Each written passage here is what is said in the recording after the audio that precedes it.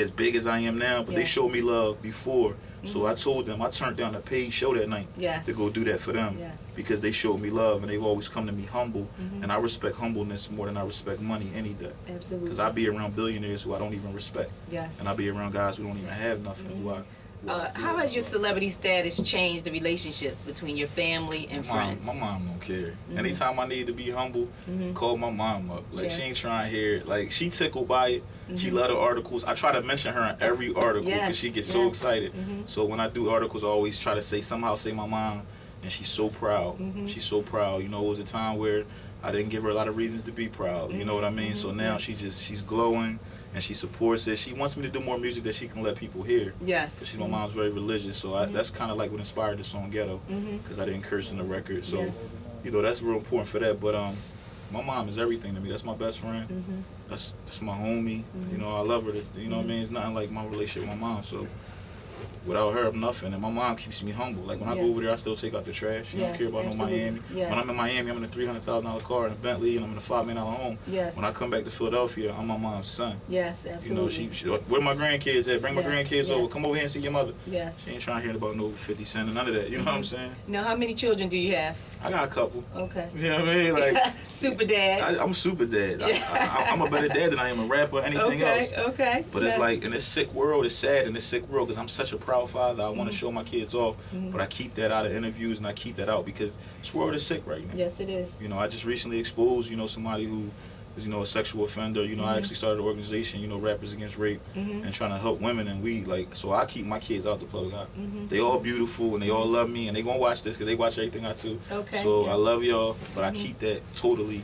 I have to. You know what I mean? So absolutely. Well, that's one of the ways that your celebrity status has changed the relationships. Because there was a time where I had my kids' pictures on my MySpace. And they got to a point where I couldn't do that. I had people who threatened my life over this music stuff. You know, they get so caught up in the beefs. I got online stalkers. So the last thing I need is somebody photoshopping or playing with my kid because I don't play when it comes to my children. It's a whole nother monster. As one of my OGs said, they see the monster when they, you know, you play with my kids. So why even give them that opportunity? And I got all little superstars, so they all want it. Of but course, you know, it's like they gotta wait right now. When their time comes. Absolutely.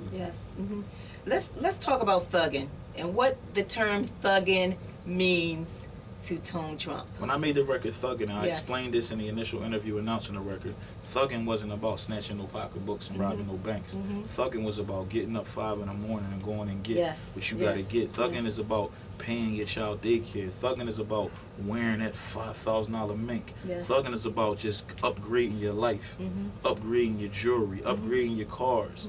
You know, I love when I call one of my homies up and I say, where you at? Man, I'm at the toy store shopping for my kids. That's better than calling somebody and saying, man, ain't nothing. You know what I mean? Thugging is going to go get it. And if you listen to the Thuggin' record, it's on the grind. It's just another word for hustling and striving. And I put it all together and I just said, we thugging, man. Because they ain't want to give it to us. Like, they sleep on us for everything. You know? Look at you. Look, you doing this show right here, man. This need to be on. You shout out to Channel 7, but this need to be on every channel. Like, we need more of this, man. I get tired of turning on TV seeing them. It's our turn now, man. We just proved it with this election, man. Out with the old and with the new. If that brother ain't show y'all.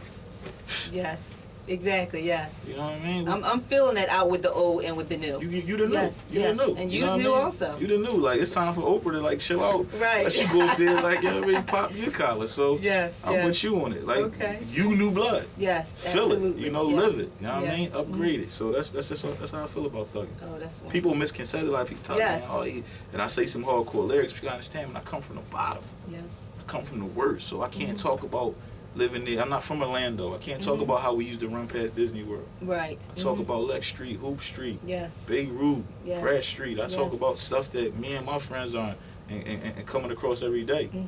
I would look foolish just talking about bling bling and all that. Everybody ain't got it. So we thugging, baby. And no one knows the hustle unless they've actually in it and lived it. That's why so many miserable rich people. When you're born rich, you never know nothing else. You see Jim Jones and them dudes showing off like that because they came from nothing. Bill Gates' kids ain't popping champagne and having fun because they always had it. You know, it's a big difference. Good point. You know, you look at that look when Barack hugged Michelle, man. It never looked like that with nobody else. Laura and Bob. I don't even know the other president. You know what I'm saying? Like, and speaking of, that was the very first time you voted. yes, you can watch that on YouTube. Yes. I voted. I was so excited. I went. I was so scared I was going to do something wrong. And something did happen. Something happened wrong. They tried to say I hit the switch, but what it was, I was taping for my blog. Okay. So I ran back in the fake vote because my cameraman was so nutty, he wasn't getting me voting. Okay. And I went in, I'll never forget, because I'm Muslim. So when I went in, there was a bunch of names. Yes. And I remember voting for Obama and some dude named Muhammad. I don't even know what he was running for, but he had a name. So he had the Muslim name, I hit his joint, and I hit Obama's, and I got out of there. And it was like, you didn't finish. And I'm like, when did you actually register to vote? How old were you? Was it this like election? 4 days before I voted. Okay. Yeah, like I literally like we was riding downtown. I was like, yo, I gotta sign up. Oh, and I flew back just to vote. Of course if you did. Watch that video, yes. And you made it right on time, I was the last minutes person before to vote 8 o'clock. Yes, ma'am. I voted at 7:58. Yes. And I documented the whole thing, and I can't wait to like really show. I showed my sons, but they kind of like, so what? They don't really.